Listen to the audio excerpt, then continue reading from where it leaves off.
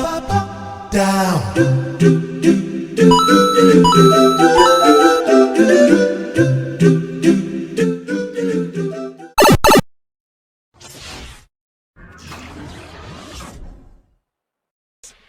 me what you got.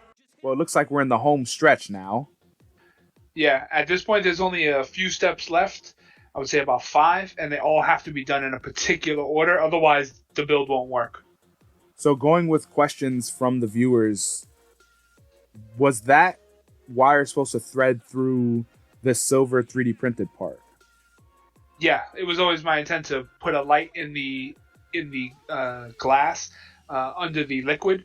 But the trick was I had to cut the wire after the fact because I know this wire works and everything is fine with it, but you can't fit it in there without doing it after the fact. Okay, so this was on purpose, not a mistake? Yeah, this is by design. So this way I knew exactly everything would work and this part was ready. Although this cap part is an afterthought. This kind of came after the fact. There's no cork anymore. I redesigned that. I designed that part myself so it would fit properly. And now I'm just kind of struggling to get the wire in, which I almost ended up breaking. But I got it in there. So what this also does and shows people, especially newer makers, there's no correct way to make something sometimes. And, you know, a professional might say, why wire it, then cut it, then rewire, you know, things of that nature. So for me, or, you know, for us, when we do these projects, sometimes the weirdest way works, you know. It's never always black and white when you're making something from scratch. No, you have to adapt and overcome constantly or change your strategy. If you stick to one strategy, you will not always be able to finish. And break stuff. Sometimes you got to break stuff.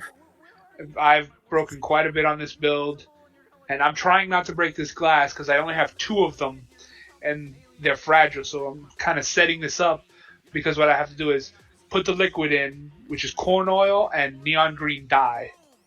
That was one of the questions. There you go. There you go. And I'm going to mix it, and then I'm going to use that little gray plug with the light. I'm going to put epoxy on there, and I'm going to seal it. And it has to sit like that. And I left it sitting there for like 2 days.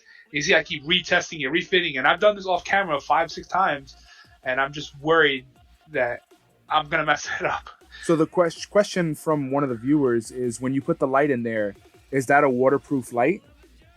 Yeah, that light is waterproof, and I also tested that off camera. I put it in water by itself. I put it in that connector. I put it in water. I put it in this dye with this oil to see how it would hold up.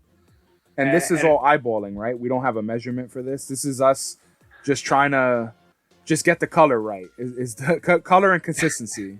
Yeah, I definitely made a few batches of this where some of them were too dark, where you couldn't see anything. Some of them were too light. And I'm just kind of testing it, and I'm just eyeballing it. This is like the 3rd iteration of, once I get it to a good look that I want to, the right color, I go with it. So this is also, if you look at the size of the popsicle stick, this is the popsicle stick you should be using versus the epoxy when you were doing the epoxy in the earlier in the video, trying to epoxy with that giant stick. Yeah. Now you're using another good stick, another size. Yeah, I think that's a skewer. So you gotta have the right stick for the job to get it done. And it's also weird that sometimes the most, like, the scrap parts help you apply glue. Definitely. Anything you can use to apply glue, use it once or twice. Don't overuse it because you can make a mess of something. And this is the big moment of truth. I've even changed the liquid. You can see it's a little bit darker at this point. I added more, and I'm just filling it, and my hands are shaking because I don't want to make a mess. And with no funnel, it's got nothing.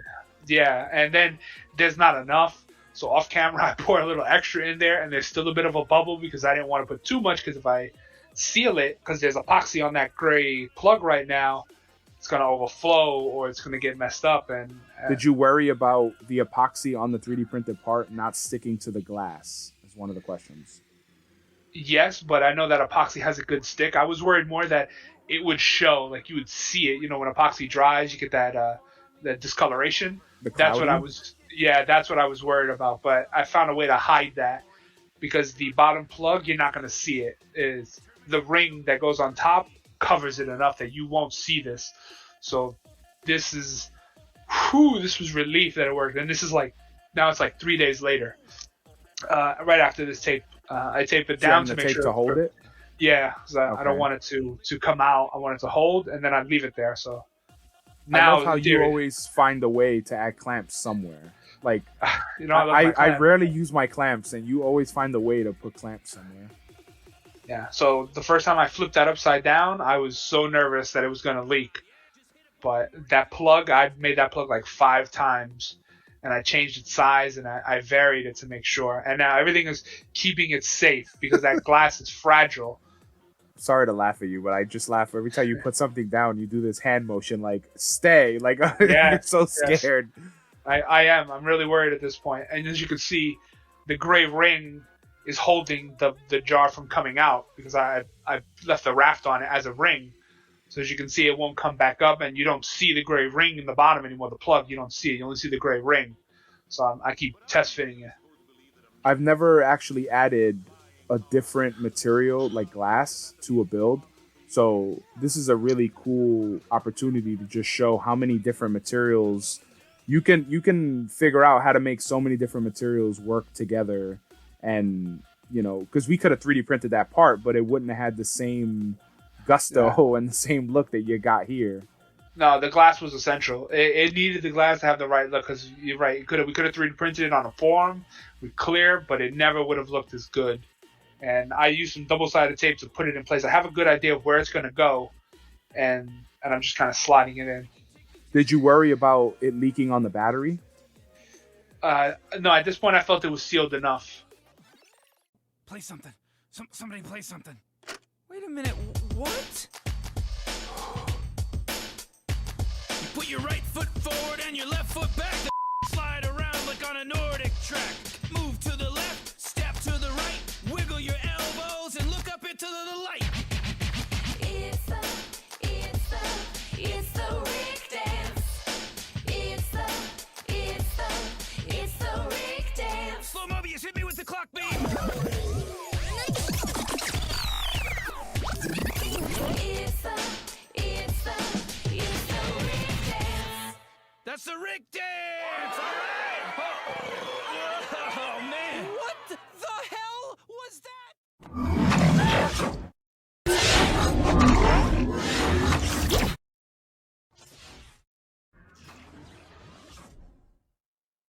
One of the questions that a viewer has is, what were the lessons you learned? The first thing is to think outside the box, and the second one would be, don't be afraid to put it down, or don't be afraid to start over. Yeah, I think that's a really crucial one, because we have projects in the shop, maybe 7, 8 years old, that we had to walk away from because you love something so much, you start making it, you mess up, or something doesn't go your way. The first thing you want to do is give up, but walking away and then eventually coming back to it, I think is the way to go. The second question we have is, what were the pain points on this build? Electronics was really tough because I don't have a very good understanding of how to program them, and I still don't. So I had to scrap them and kind of go with what I knew, but learning that would have been beneficial. Electronics is always a hard part for all of our builds, and just like you, we strive to get better. So I don't want anyone to think, hey, it didn't work out, just quit. Like, just looking at this build shows that eventually you'll get there. You just have to put in the time and effort and you know, learn those items that you want to learn.